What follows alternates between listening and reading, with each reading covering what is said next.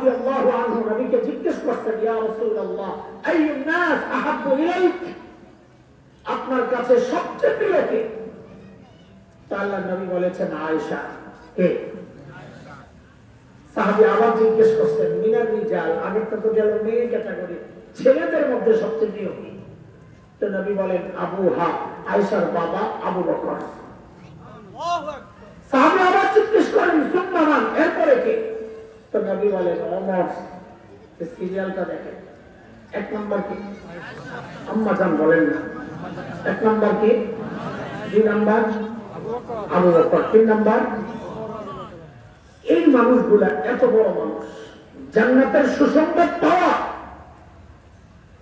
আল্লাহর নবীর সবচেয়ে প্রিয় তিনজন মানুষ, অথচ প্রত্যেকে সারা জিন্দেগি এতটা কান্নাকাটি করেছে। আরে আম্মা জান সম্পর্কে আসছে, আয়াত পড়তেছিলেন নামাজে দাঁড়ায়া, وَبَدَا لَهُم مِّنَ اللَّهِ مَا لَمْ يَكُونُوا يَحْتَسِبُونَ। এই আয়াত আম্মা জান পড়েন আর কাঁদেন, পড়েন আর কাঁদেন, পড়েন আর কাঁদেন, কান্না করতে করতে রাত শেষ হয়ে গেছে। আয়াত শেষ করতে পারেন না, নামাজ শেষ করতে পারেন না। কেন? কি আছে ওই আয়াত? কি আছে?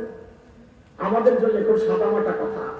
আল্লাহ বলতেছেন কি, হাসরের মাঠে বান্দার এমন পরিচয় প্রকাশ পাবে যার কল্পনাও সে দুনিয়ায় করে নাই। আম্মা জান এই আয়াত পড়ে কাঁদতেছেন।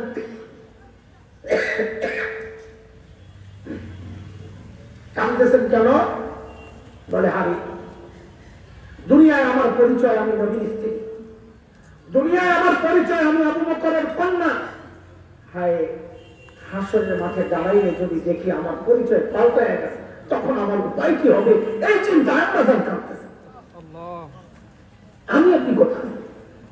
সাইয়েদনা আবু বকর দূরে চলে যেতেন, একা একা নির্জনে যায় কাঁদতেন, আর নিজের ধিক্কার দিয়ে দিয়ে বলতেন, ইবনা আবি কুহাফা, এরে আবু কুহাফার ছেলে, হামজা আবু বকরের বাবা আবু কুহাফা, এরে আবু কুহাফার ছেলে, তুই মানুষ কেন দিছিস?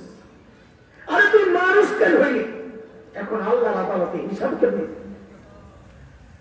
আবু বকর কাঁদতেছেন হিসাবের জন্য।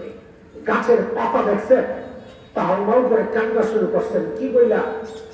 ইয়া লাইতানি কুনতু ওয়ারাকা মিনাশ শাজারা তু'দাত ওয়া তুকাল। হায়, মানুষ না হয়ে যদি গাছের পাতা হইতাম তো জীবজন্তু আমার চাবায়া চাবায়া খাওয়া বলতো, আমার আর হিসাব দেওয়া লাগতো না। এখন আমি আবু বকর কেমনি হিসাব দিই? আবু বকরের কান্না, আম্মা জানের কান্না।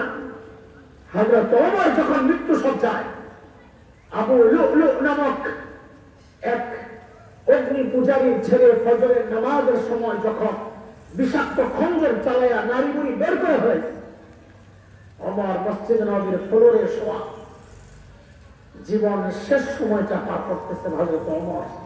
আরে ওমরকে যার বাড়িটা নবী জান্নাতে দেখে আসছেন, এত বড় ব্যক্তিত্ব ওমর, অথচ মৃত্যুর সময় গালটারে জমিনের সাথে ঘষতেছিলেন আর কাঁদতেছিলেন, ঘষতেছিলেন আর কাঁদতেছিলেন।